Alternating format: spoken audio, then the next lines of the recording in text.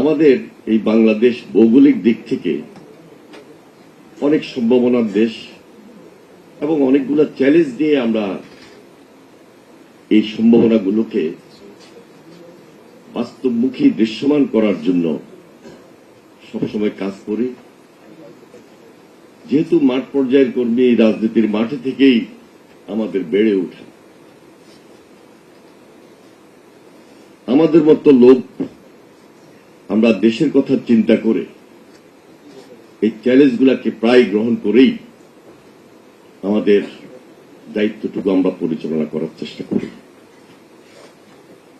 কাজ করতে এসে আমরা এই তিস্তা প্রকল্পটাকে খুব বেশি চ্যালেঞ্জিং মনে করছি, যেহেতু খুব ডিমান্ড আছে, প্রত্যাশার জায়গা এত বেশি, বিশেষ করে উত্তরাঞ্চলের ৫-৬টা জেলার মানুষের। আমরা যদি এটা বাস্তবায়ন করতে ব্যর্থ হই, না পারি,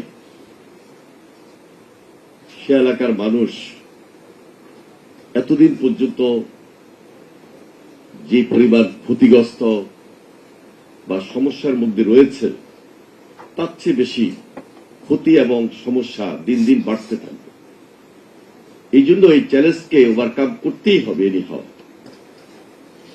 এবং মাননীয় প্রধানমন্ত্রী আমাদের প্রায় আলোচনা করেন, আমাদের ডিপার্টমেন্টাল আলোচনা হয়, আন্তঃমন্ত্রণালয় বৈঠক হয়, কোন পর্যায়ে আছে, কিভাবে আছে,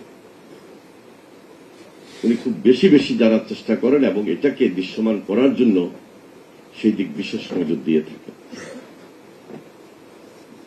আমাদের চ্যালেঞ্জগুলো ছাড়াও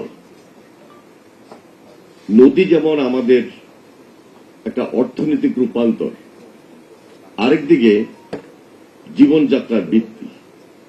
কিন্তু এই নদী সীমান্ত পার হয়ে যখন আমার দেশে এসেছে এবং ভাটিতে এটা প্রবাহিত হয়ে যাচ্ছে, তখন এটা নিয়ন্ত্রণ আমাদের ধরে রাখা কঠিন। কিন্তু প্রতিমধ্যে আমরা বারবার বাধাপ্রাপ্ত হচ্ছি, নিয়ন্ত্রণের বাইরে চলে যাচ্ছে। এই জন্য আমি শুধু টেকসই বলবো না, আমি বলবো এটাকে একটা ইন্টিগ্রেটেড ওয়েতে আমাদেরকে নিয়ে আসতে হবে।